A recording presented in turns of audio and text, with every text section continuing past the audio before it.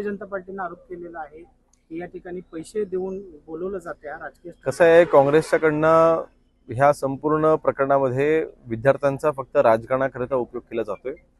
विद्यार्थ्यांची माथी भडकवणं, त्यांना सरकारच्या विरोधामध्ये जाणून बुजून भडकवणं आणि अनरेस्ट तयार करणं, एक असमाधानाचं वातावरण तयार करणं, असा प्रयत्न काँग्रेसकडनं होतोय। म्हणजेच त्यांचा हेतू फक्त आणि फक्त विद्यार्थ्यांमध्ये विष पेरणं आहे, सरकारच्या विरोधामध्ये विष पेरणं आहे।